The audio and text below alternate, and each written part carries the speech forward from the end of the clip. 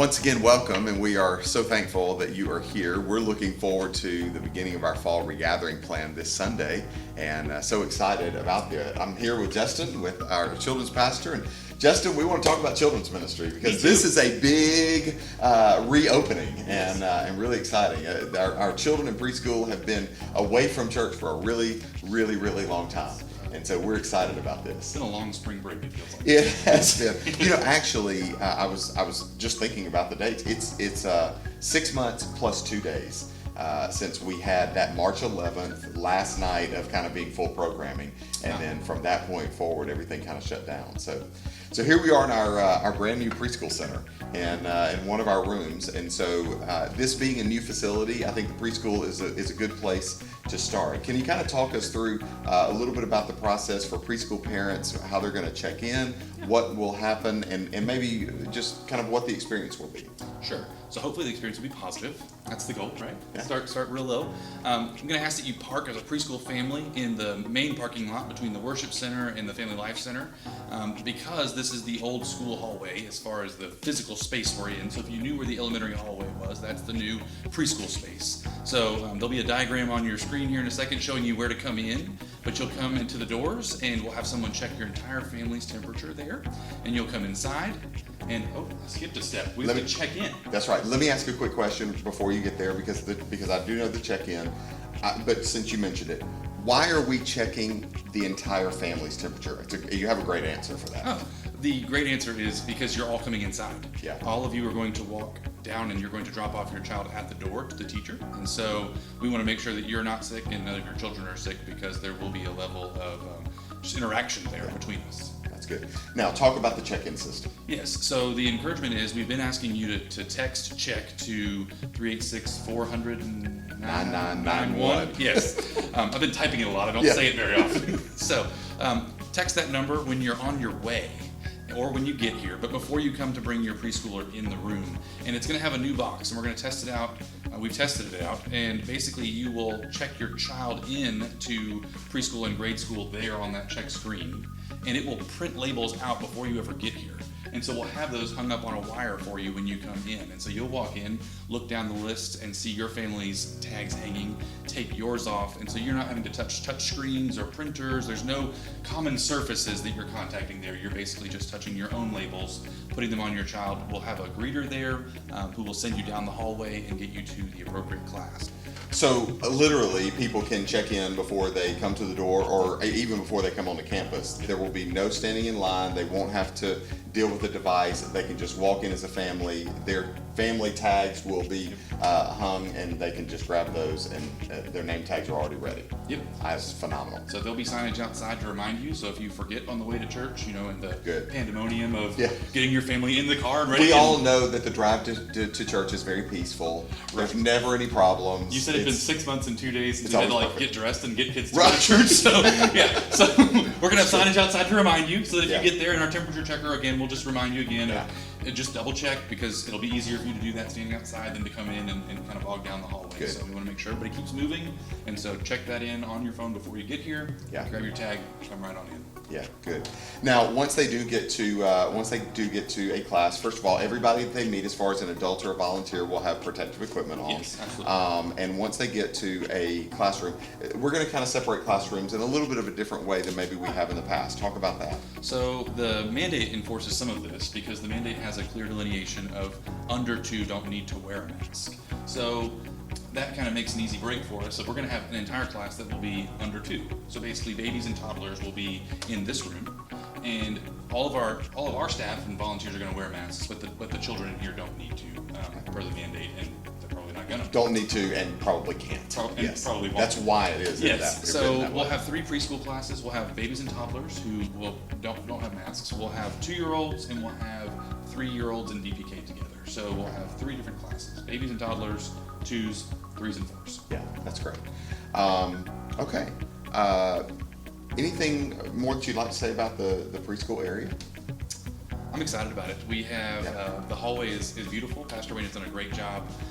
We are We are working on what this is going to look like, and I think you guys are going to be really excited to come back and see it. There are some small things that are still going to be under construction that you're going to notice, and so I just want you to be aware of those. Some of them are really big projects that I realize we've been out for 6 months and 2 days, but building an indoor playground takes a little while, and there were things like classrooms that needed to be a priority first, and so we're working through those. So if you see a little bit of, pardon the dust signs, know that we're still working through those. And some of those things, like the indoor playground, we're not really sure we can even use safely yet. And so wouldn't be a good idea those right have now. kind of been pushed down the list a little bit. So just know that those are there. We're investing in your family and in your child's experience here, but they're not quite ready yet. Yeah. I also want to point out that they should definitely at some point over the course of the morning, whether on the way in or on the way out, stop and take a butterfly and macaw wings picture. Absolutely. Right? So DeLand is known for the wings. That's right. the thing. DeLand Take your wings. pictures. Yeah. So we have some in the hallway for you that I think are they're just beautiful. Yeah. And we did a really good job with that. Yeah. And so, It's always nice to have an artist on staff, right? it is. I'm sure I'll have to owe him lunch at some point. It's great.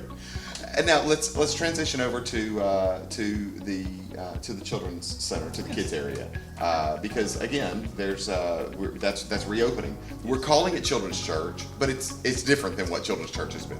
Yeah, I mean, I've been calling it children's programming or children's church, whatever. It's not children's church in the sense of what it was. Children's church was a large group gathering that met during the second service and had 50 to 75 kids in there. And we're not going to do that again for very obvious reasons. Yeah. So what we're going to do now is, it hasn't moved.